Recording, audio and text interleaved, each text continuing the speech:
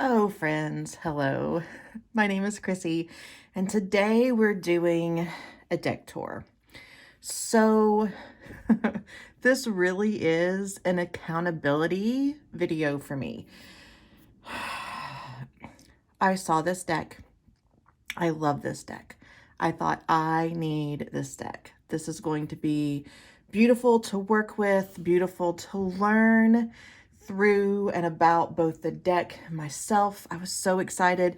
And then I got it and it absolutely terrifies me in a way that kind of similar to my first experience with the Somnia Tarot, which has then moved into being like one of my absolute favorite decks.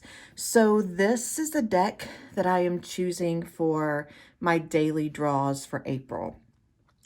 It is still in order. I haven't shuffled it because I keep telling myself I need to make a video. I need to make a walkthrough before I can shuffle it, before I can use it. So here we are. First of all, I mean, I'm so proud of this fabric. I love Spoonflower for finding fabrics to make these little deck wraps for. And I just whacked the phone, I'm sorry.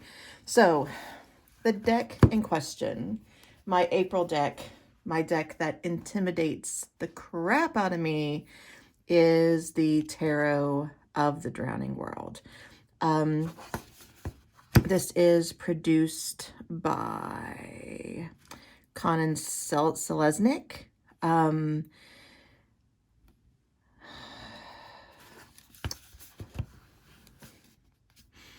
I love photography decks. There aren't a lot of them out there. I have plans to create one. I had to have this deck. I'm just going to open it up and we're going to talk about what is intimidating about it and how I am pushing through the intimidation. So first things first, the size of these cards, I just love so much. And as I'm looking around, my tarot bag is downstairs. So I don't have any other deck with me to compare size. This is really funny. I apologize. I don't have anything to compare it with because my bag is downstairs. That's really funny. Nary a tarot deck in sight. So the first thing that's intimidating to me about this deck is it is in French. Yeah, so you're not even going to hear me pretend to try to work through French because it's not.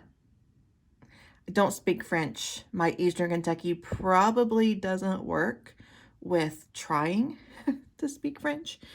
And there's a lot in this, there's a lot to be seen in this deck. There are so many details that I want to move from that being overwhelming to that being interesting. So in particular, in the Fool. So his fingers are octopus tentacles. We've got a little skeleton down here. I tried to zoom in, that doesn't work. There's something up here in the corner. There's another skeleton over here. This is a musical instrument. Is this like the marching band version of a French horn? I don't know. There's something down here that's too dark to see that I'll probably actually take a picture of this card and play with the brightness to try to see what that is. And that is just one card. So I'm going to talk my way through this deck, and it is also in the Marseille tradition, which is not how I traditionally read tarot. I'm a Rider-Waite-Smith person, so there's also that level of unfamiliarity that's going to play a role in how I work with this deck. And I really want to approach it because it is so vivid and it is so detailed. I really want this to be an exploration in my own process of reading intuitively. So before I show you more of the cards, let's talk about the guidebook. So the guidebook is a separate purchase. One thing about this deck right off the bat that bugs me is, and I'll get over it, is the color scheme in the deck itself compared to the book and the back of the deck. That's just, I'm just going to throw that out there. So even though the tarot bag I created matches the front of the cards, the face of the cards really well, it doesn't go with the back of the cards at all. So that's just an interesting aside here.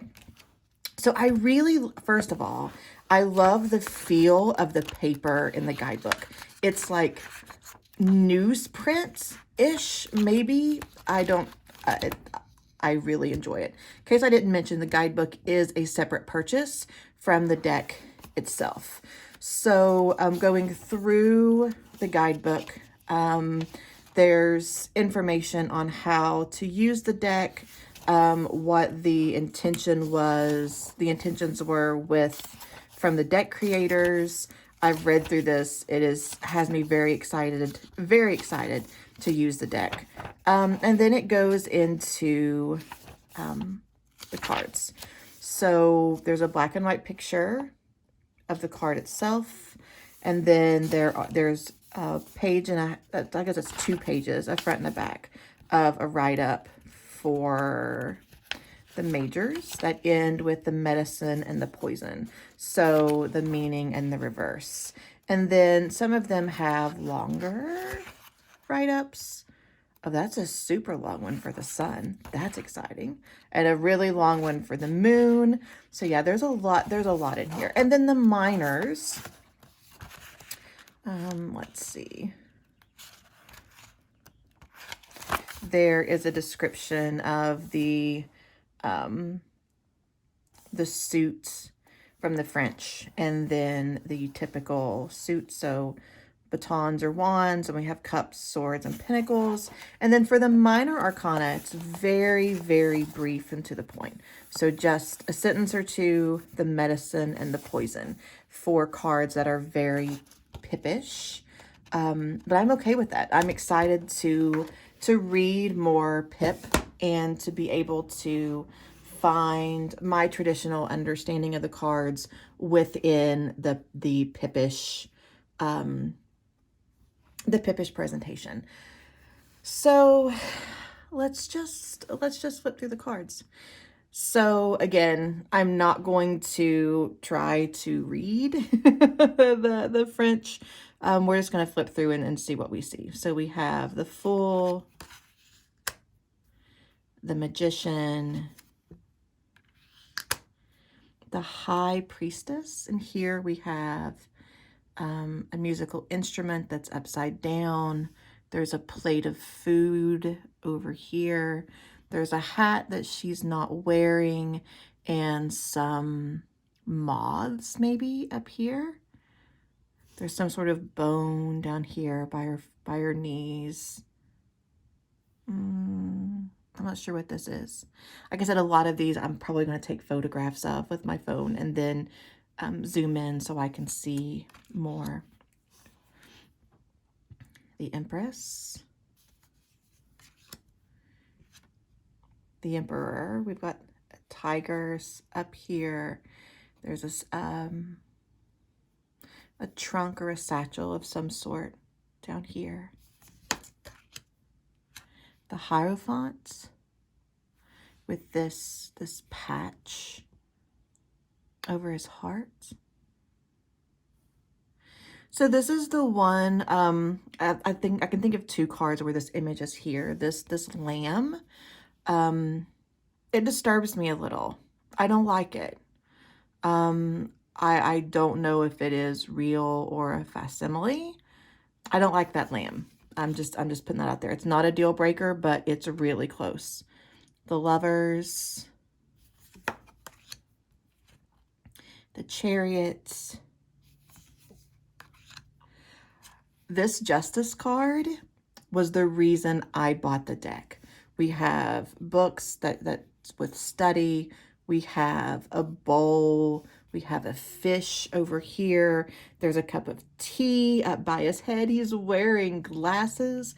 I'm trying to form a bond with Justice that I don't have. And I'm excited about the potential for this card to help me understand Justice in a bigger and different way. The Hermit. The Wheel. So one of maybe the next deck I'm going to purchase is the Carnival at the End of the World. And I don't know, it's by the same creator. And if you can see up here, there are cards from that deck in the wheel. And I love that little nod.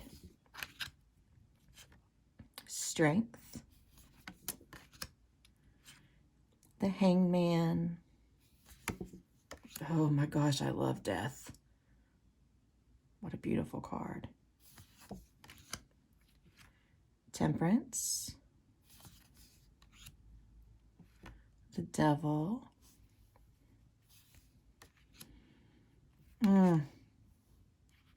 What a beautiful tower.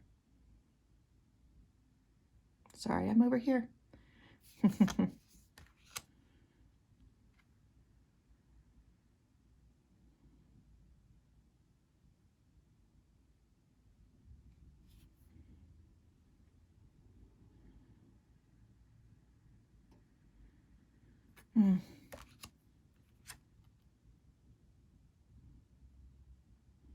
I'm sorry, I got distracted. The sun, then the moon. No, the star, then the moon, then the sun.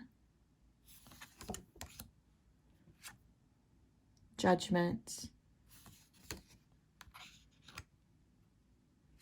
And the world. There's some sort of taxidermied animal up here. We have the reflection of the self. This card is a good one too. And then a few bonus cards. We have Dr. Falk, Madame Lulu, and then other characters that I'll have to look up. This is the third card with the lamb. And I'm just now realizing that there are enough bonus cards, if necessary, that I can take the lamb cards out and figure out which of the bonus cards makes more sense in that place. This is really interesting. Give me just a second here. So, I mean, if I wanted to,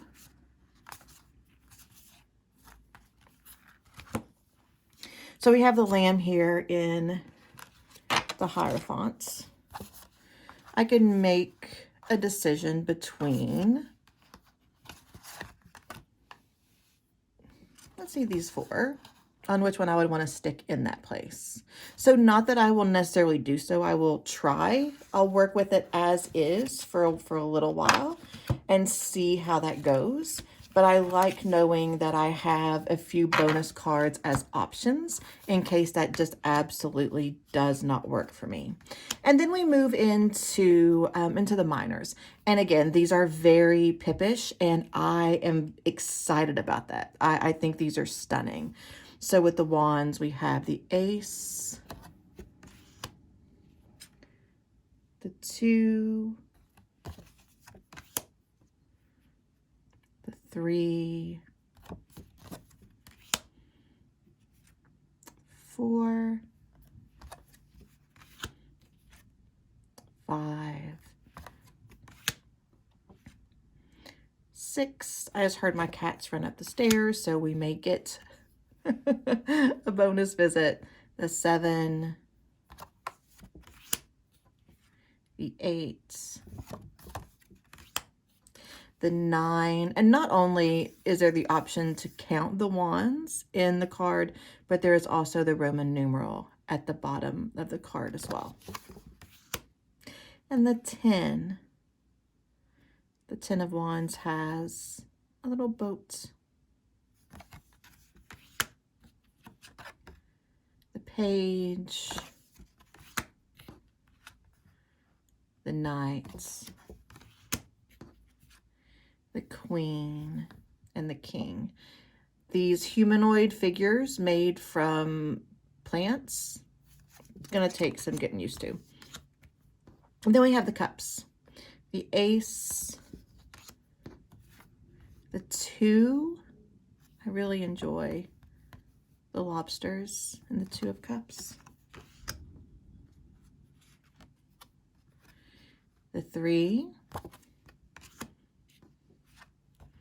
the 4,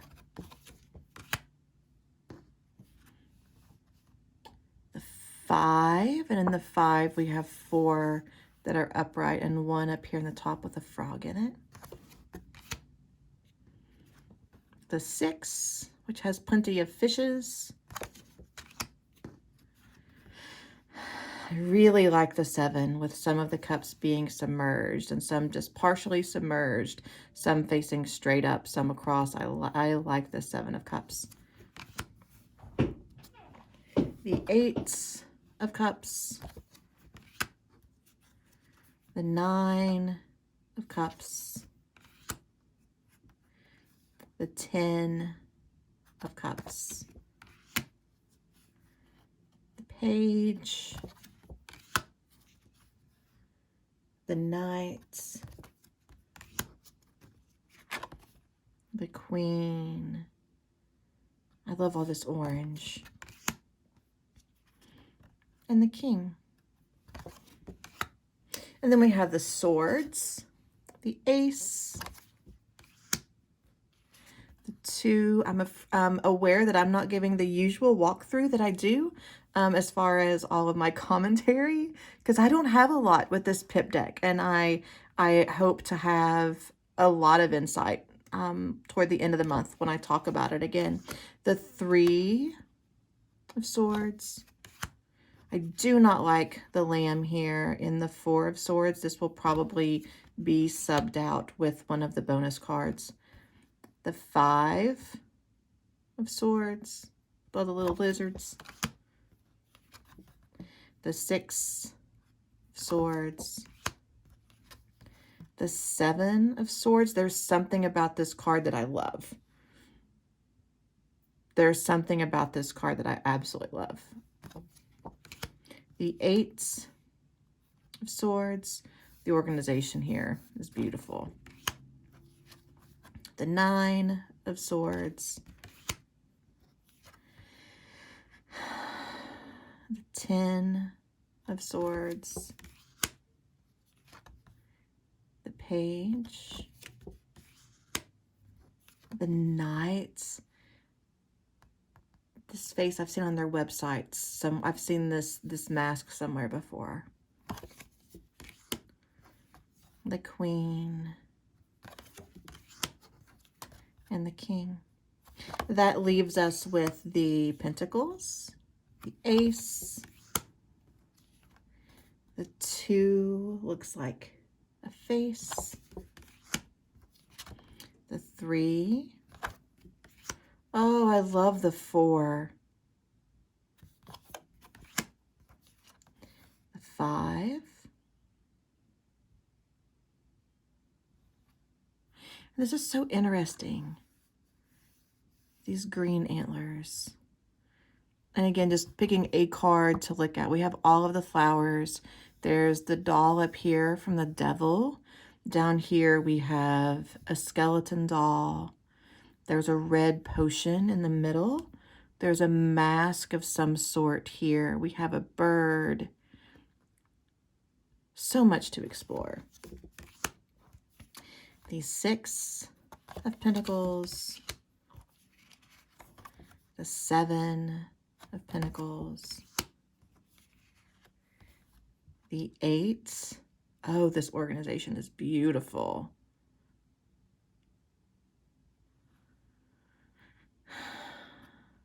And I'm already seeing like the work that goes into creating this scene, these plates, and how we have to take this encouragement to take pride in the work, even the work that is temporary, even what is meant to be enjoyed and then discarded. This is gonna be fun, but it's not gonna be easy. The 9 of Cups, the 10 of Cups, the boats, and a little rabbit decoration, flowers, cucumber. I'm gonna assume this is a mala here in the middle and a red bird. The page, the knight, the queen, the king, and then I missed this.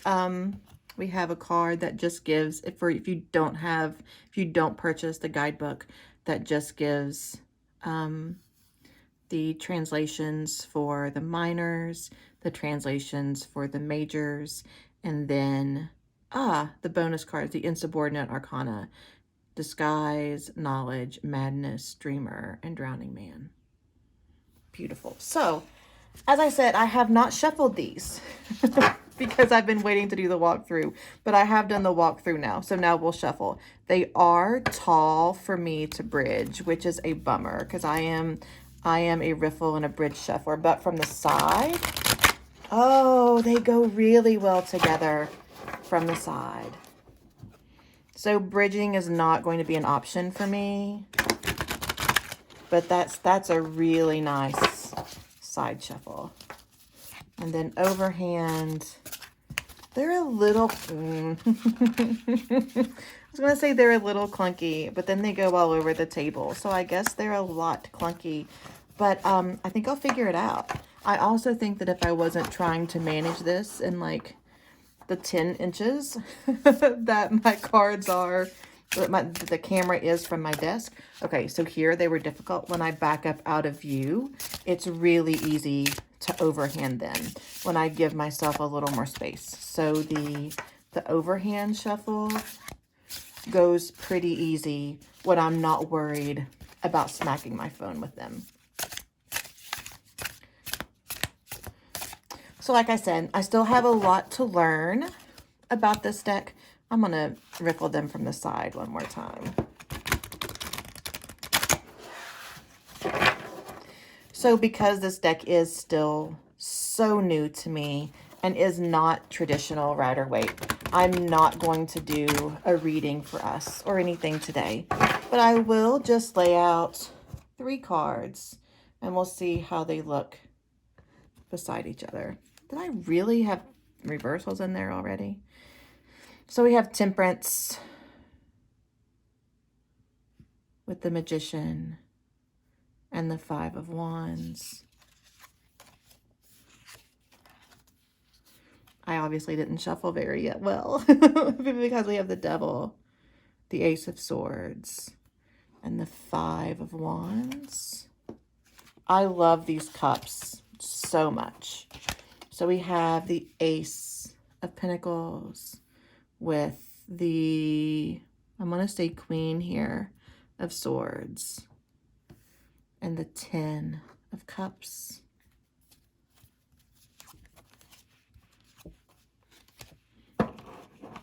So Dr. Falk, which is Disguise, with the, I'm pretty sure the Cavalier was the Knight. Is that right? Oh, the card doesn't tell me that.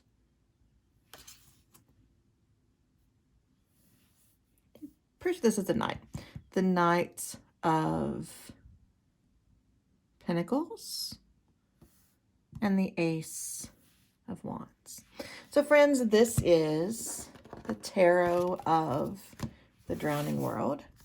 I'm excited to get to know it better. I'm excited to come back toward the end of April and talk about what I learned about myself, about the deck, and about tarot in the process of studying this deck.